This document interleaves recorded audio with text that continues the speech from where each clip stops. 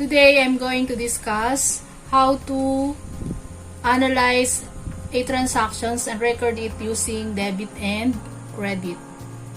So in business, you have to separate the identity of the owner and the business itself. So for example, I have here an example.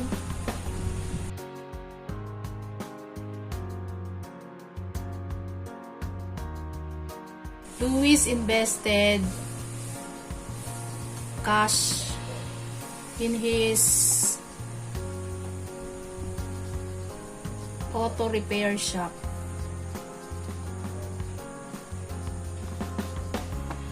So we have to analyze what happened in this transaction.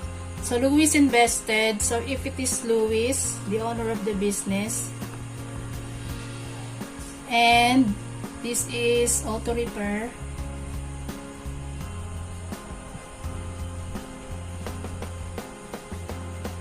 we have to analyze what happened in this transaction. So meron siyang investment. So the auto repair shop received cash from Luis. So the cash invested in the business is what we call capital. So we will record it using debit and credit. By the way, debit means value received and credit means the value parted with. So we will record it using this technique. Since Luis invested cash in his business, so we have to think that there is a transaction that happened in his business. So the value received here is cash, which was received by the business of Luis, which is auto repair shop. So the value received in the transaction is cash, value received, and then the value parted is the cash received or cash investment by Luis to his business is what we call Luis capital. So this is what yung sinasabi nating owner's capital.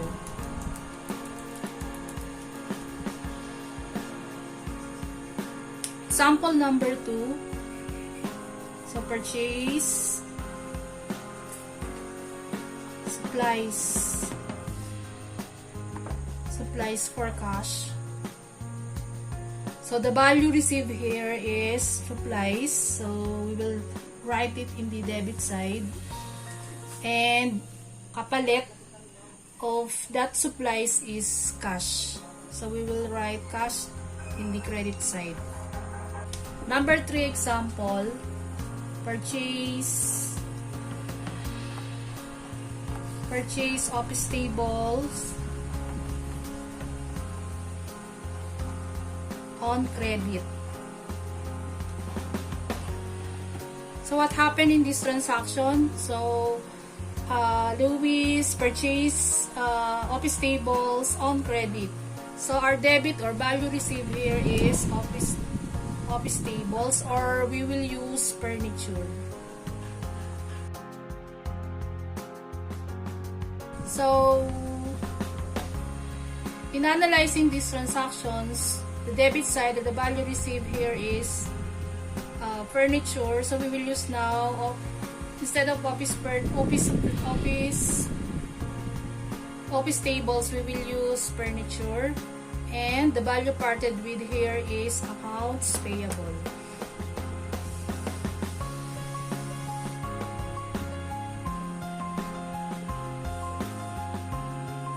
So meaning meron na ang utang si Luis sa isa kanyang supplier. Number 4 example, receive cash from various customers.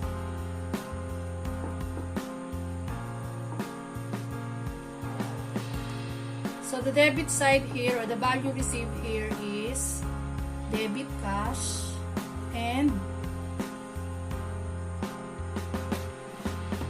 credit, his business is engaged in auto repair. So he renders service to his customer, and he received cash. So, ang credit natin, the value parted with here is service income. Since his business is all about service, engaged in service. Number 5 example. Sent a bill to his customer. His customer for rendering service or for service rendered. For rendering service. When we see yung word na sent a bill, so meaning to say, hindi nagbayad yung customer. Meron kang receivables from your customers. So your debit here is accounts receivable.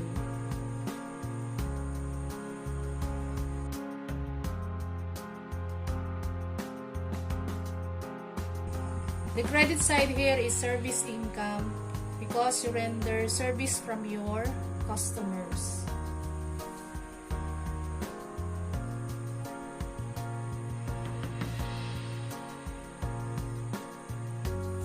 Number 6, paid ABC Furniture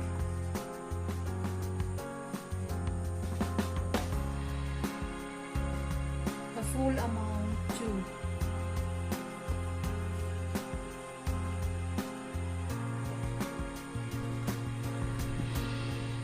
Okay, so since Louis paid ABC Furniture Trading yung total amount ng utang niya before, so our debit here is mababawasan ng kanyang debit accounts payable.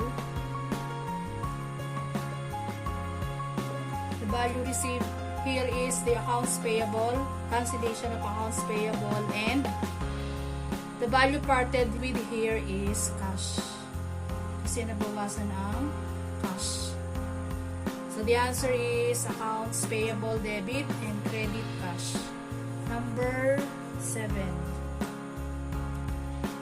So before we have accounts receivable from customers, this time he received cash from customer on account. Customer on account. So before, meron tayong accounts receivable from the customer. This time, natanggap na natin. So our value received here or debit is cash. And credit is kapalit ng cash na natanggap. We have cancellation of accounts receivable.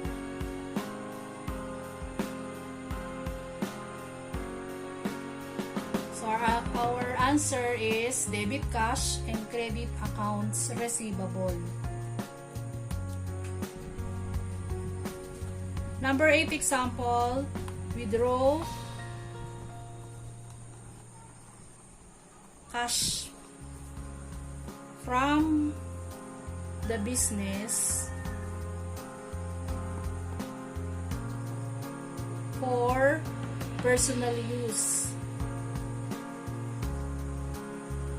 So before, we studied that business owner and the business itself has different identity. So pag kumuha ka ng pera from your business, it should be recorded in your business. So if the transaction is like this, the value received here is you withdraw cash sa automatic, nakatanggap ng withdrawal ang business mo. So your debit is pwedeng owner's drawing o kaya ay owner's personal. So the owner here is Louis personal or Louis drawing. So this is debit, and ang kinuha mong pera from your business should be recorded in your credit. So the answer here is Louis personal debit and credit cash. So laging iisipin that business owner and the business itself has a separate identity. Okay, I hope you learned something for this session. And next meeting or next session will be the discussion of the other technique, which is increase and decrease of the other accounting titles. That's all, and have a nice day.